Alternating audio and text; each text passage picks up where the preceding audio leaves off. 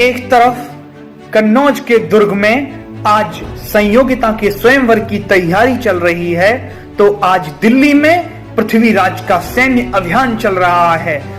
अब निर्णायक घड़ी आ गई इतिहास अमर करने की, फिर बनने लगी योजना स्वयंवर में चलने की। उधर चरम पर थी उत्सव की तैयारी और इधर उर में धधक रही थी चिंगारी।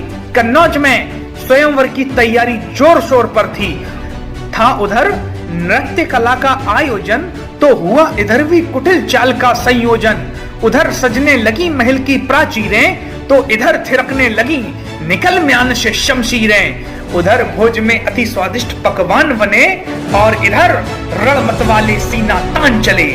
दिल्ली से सैनिकों की टुकड़ी लेकर पृथ्वीराज चौहान कन्नौज की ओर निकल पड़े। उधर भोज में अति स्वादिष्ट पकवान बने और इधर रण मतवाले सीना तान चले। लेकिन सीमा पर पहरा बहुत कड़ा था, जिसे भेदना नामुमकिन या कठिन बड़ा था। पृथ्वीपति सोच रहे सरहद भेद किले तक कैसे जाया जाए, विन युद्ध रचाए कैसे अपना वचन निभाया जाए। लेकिन कायर ही किस्मत को सदा कोसते हैं, वीर पुरुष नहीं भंवर में फंसकर पतवार खोजते हैं। हल खोज लिया करते हैं वह हर मुश्किल का, जिन्हें भरोसा होता है अपने भुजबल का। दृढ़ संकल्प यदि हो तो सागर के सीने पर सेतु डांटा जा सकता है। घोर तिमिर को जुगनू के बल पर छांटा जा सकता है। जिद पर लहर यदि अड़ जाए तो यह मुमकिन है, गिरिराज हिमालय को भी काटा जा सकता है। सेनापति बोला, राजन कहो इन गंदूरों को अभी उड़ा दें, प्रलय का एक बवंडर उंगली पर यहीं नचा दें। शत्रु के सीने पर है की टापे अभी गड़ा दें। आदेश करो बस राजन, आगे हम फौज बढ़ा दें। पृथ्वीराज के सेनापति ने कहा, महाराज आप आदेश कीजिए। कन्नौज की सीमा में हमारी सेना कन्नौज के सिपाहियों को उलटती पलटती घुस जाएगी। तब पृथ्वीराज ने क्या कहा, सुनिए। पृथ्वी बोले, ऐसा नहीं कि प्रलय बाण हम छोड़ नहीं सकते, ऐसा नहीं कि रणभूमि को रण से हम झकझोर नहीं सकते, ऐसा नहीं कि बहती धारा हम मोड़ नहीं सकते, ऐसा नहीं कि यह सैन्य व्यूह हम तोड़ नहीं सकते, ऐसा नहीं कि अरि का कंठ कतर कर उसका रक्त निचोड़ नहीं सकते, पर हम राजपूत हैं, विपदाओं में भी धर्म युद्ध का छोड़ नहीं सकते। पृथ्वी बोले, व्यर्थ अभी उलझने का समय नहीं है, सांध्य काल में युद्ध यह क्षत्रिय धर्म नहीं है। पृथ्वीराज ने कुछ चुनिंदा सिपाहियों के साथ स्वयंवर में जाने का अकेले निर्णय किया। और ये सिपाही कैसे थे?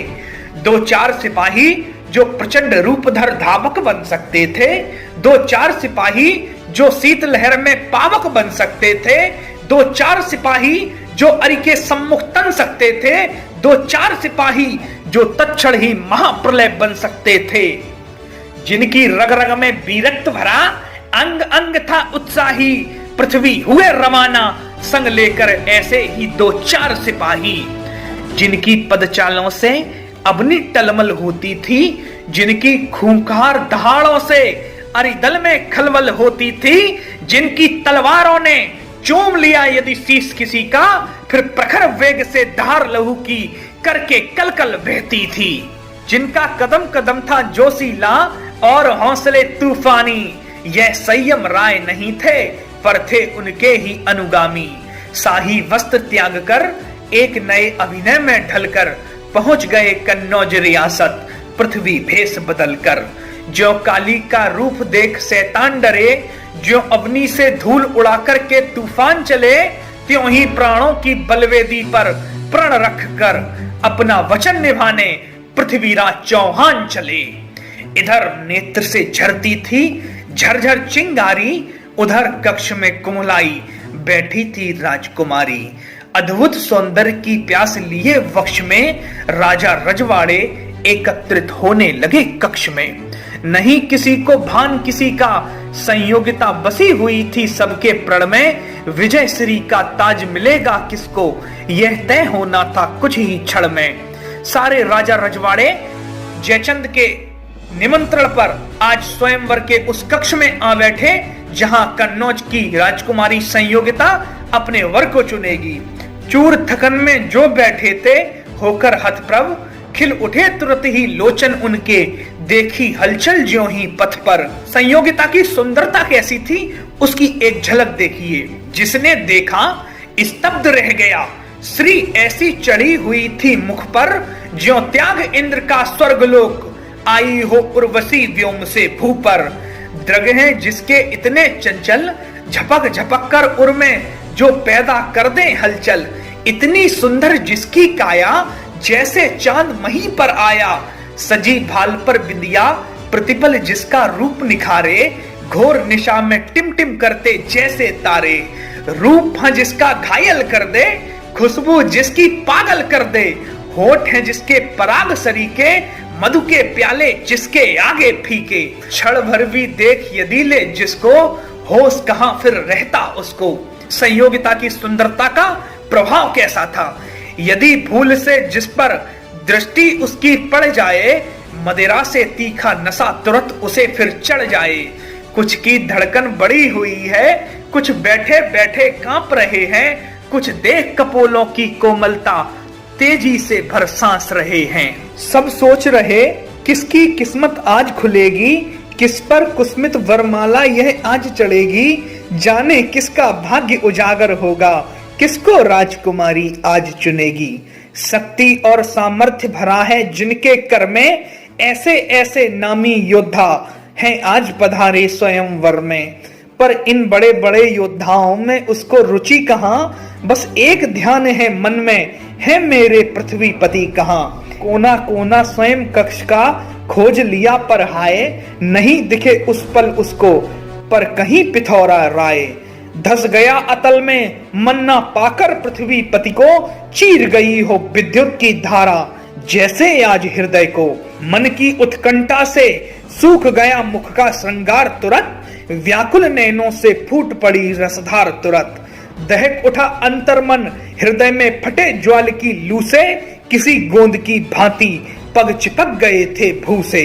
आज उठाने पर भी पैर नहीं उठते थे, शिथिल जिस्म में केवल प्राण बचे थे। किसे चुने अब राजकुमारी, यह प्रश्न जटिल था। जब संयोगिता को पृथ्वीराज चौहान उस सभा में कहीं नहीं दिखे, तब संयोगिता क्या सोचने लगी। किसे चुने अब राजकुमारी, यह प्रश्न जटिल था। धरती की तृषा देखकर होता अंबर आज विकल था। संयोगिता लगी सोचने, यह विरह वेदना अब कहूं किसे। स्वयंवर में अपना वर भला अब मैं चुनूं किसे। जिसके खातिर यह श्रृंगार मेरा है, छोड़ उसे यह वरमाला अब वरूं किसे। ललचाई आंखों से सब देख रहे थे जिसको, क्षण भर भी नहीं निहारा उसने किसी शूरवीर या नृप को। तभी संयोगिता की दृष्टि उस दरवाजे की ओर गई जहां पर एक पुतला खड़ा हुआ था। पर यह क्या, यह स्वयंवर में कौन भला है, किसी वीर की भांति जो लेकर भाला सजग खड़ा है। बाजू जिसके स्वयं खड्ग हैं, पलके हैं तुणीर सी। संयोगिता लगी सोचने, यह प्रतिमा है किस महावीर की। शौक वीर ही रखते हैं दुग्ध मुही तलवारों का, पर इस प्रतिमा के आगे मलिन तेज था सारे राजकुमारों का। देखा प्रतिमा को स्वयं निकट जब जाकर, जल उठी क्रोध की ज्वाला से वह अकुलाकर। मेरे पितु ने यह कैसा स्वांग रचा है, एक महावीर की प्रतिमा को पहरेदार बनाकर खड़ा किया है। राजपूत तो रण में ही उत्तर देते हैं शत्रु के सदा तीर का। क्या करना अपमान ठीक है इस भांति किसी वीर का। जिन आंखों से बहती थी रसधार सतत, परिवर्तित होकर उनसे लगी बरसने आग तुरंत। आंखों से पोंछ तुरंत निर्झर आंसू की धार, आगे बढ़ी हाथ में लेकर फिर वह कुसुमित हार। हाथों में बरमाला लेकर संयोगिता ने कदम बढ़ाए ज्यों ही, हृदय सभी का लगा डोलने, अंतर कांप उठा फिर त्यों ही। आंसू बन अंगार गए, नेत्र हो गए क्रोध से लाल। हाथों में थी जो बरमाला, पहना दी बुत को तत्काल।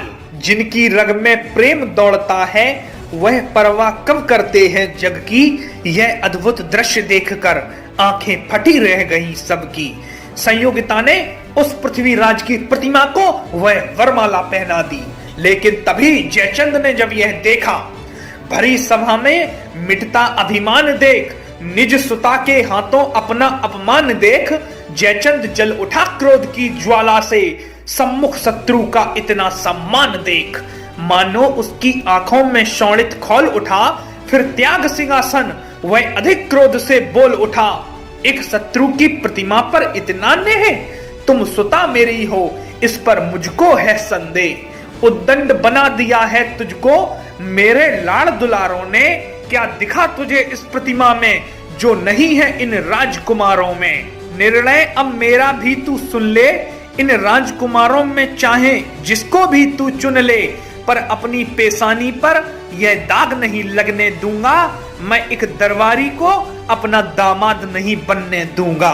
तभी संयोगिता ने अपने पिताश्री से कहा, पिताश्री क्षमा, पर व्यर्थ क्रोध क्यों करते हो, मन में इतना गरज द्वेष क्यों रखते हो।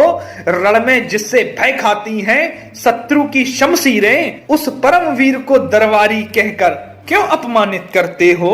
अपने दुश्मन की बड़ी प्रशंसा करती हो, तुम पुत्री कम शत्रु ज्यादा लगती हो। बखान बड़ा करती हो उसकी महिमा का, तो लो अभी जांचता हूं पौरुष इस प्रतिमा का। सैनिकों हाथों में ले लो फरसा और कुदाल, टुकड़े टुकड़े कर दो इस बुत के तत्काल।